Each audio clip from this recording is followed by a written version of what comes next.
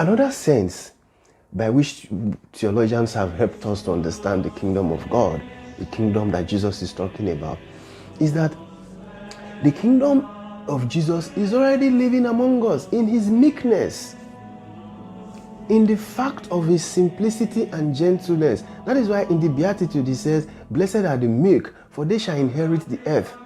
Because by their gentleness, by their life of self-effacement, their life of self-effacement, they continue to establish the reign of God. That is what himself, Jesus, did. Remember that in spite of the many miracles that Jesus worked, he never spoke of himself as a king, and he never allowed himself to be declared a king. Even when they wanted to declare him a king, he escaped. In spite of the beautiful words that he spoke, that a lot of persons were astounded, he never saw himself to be a king. He never made any reference to himself as a king.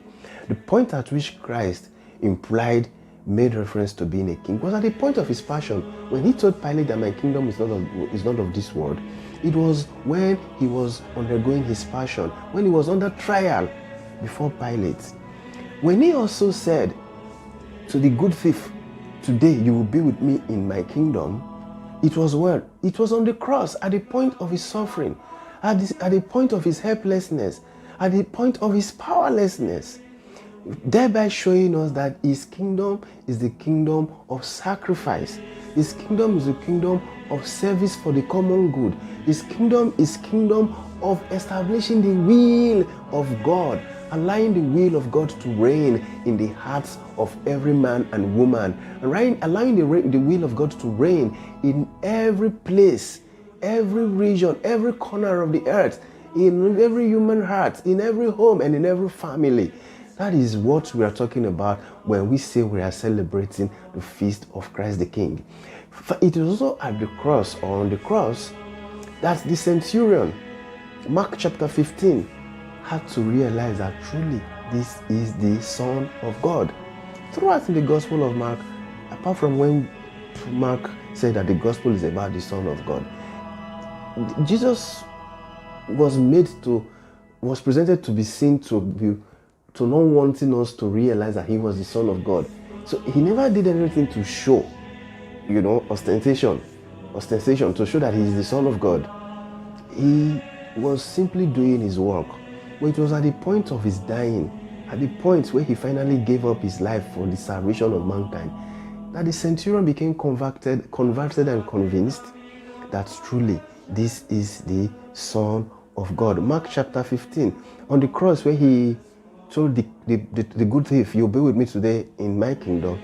John chapter 19, at the point of the end of his life, at the point of his passion. Another interesting thing about this celebration is when Pope Pius XI was to establish this feast, this celebration, it was said, "No, we have a lot of feasts already. We will have the Epiphany, which also celebrates the kingship of Christ. Why do we have to?" So there was some kind of resistance. So the kingdom of Christ is the kingdom that brings peace. The reign of Christ is the reign of gentleness and meekness. That is what we are celebrating. That is what we are called upon to reflect on. Not just to show to the world on a Sunday that Christ is the King, but that every day we must continue to let the relevance of the feast take root in our lives. Secularism is still in our time. It's not only in the medieval period or the post-medieval period when modernism, humanism began to push God and religion out of human existence. It's still there today. We have Christians in politics who really are not Christians. They tell us, give to Caesar what belongs to Caesar and give to God what belongs to God. The Feast of Christ the King comes to tell every politician, especially Christian politicians, that they are servants of the people and that their kingdom is not just to acquire power here on earth. Their kingdom is to bring the reign of God to human existence. Their kingdom, their actual reign, is to see that every individual, man or woman, young or old, rich or poor, is given equal opportunity to attain his or her potentials. Christian politicians must learn to represent Christ the King at the Senate, in federal executive meetings, state executive meetings, in the judiciary, to promote justice, to promote the reign of God, especially in defense of the poor and the weak. That is what the Feast of Christ the King is about. And it doesn't end on one Sunday alone. It is a lifetime. It is a journey until the reign of God, the kingdom, will finally have its full realization when Christ will be all in all.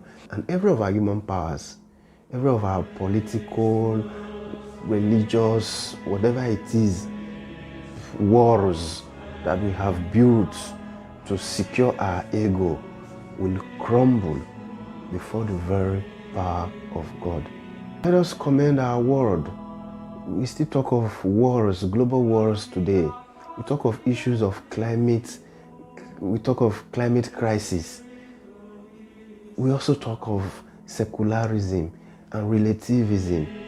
Let us commend our world to the Christ, who is the King of the whole world. Christ, who is the King of our hearts, so that peace that passeth all understanding will reign in individual hearts. That by so reigning in our individual hearts, we will bear same peace to others in our lives. May the peace of Christ flood our hearts and our homes, that we will continually spread his love to everyone. God bless you. My name is Thomas Oyode. I'm a Reverend Father and your online catechist. Goodbye.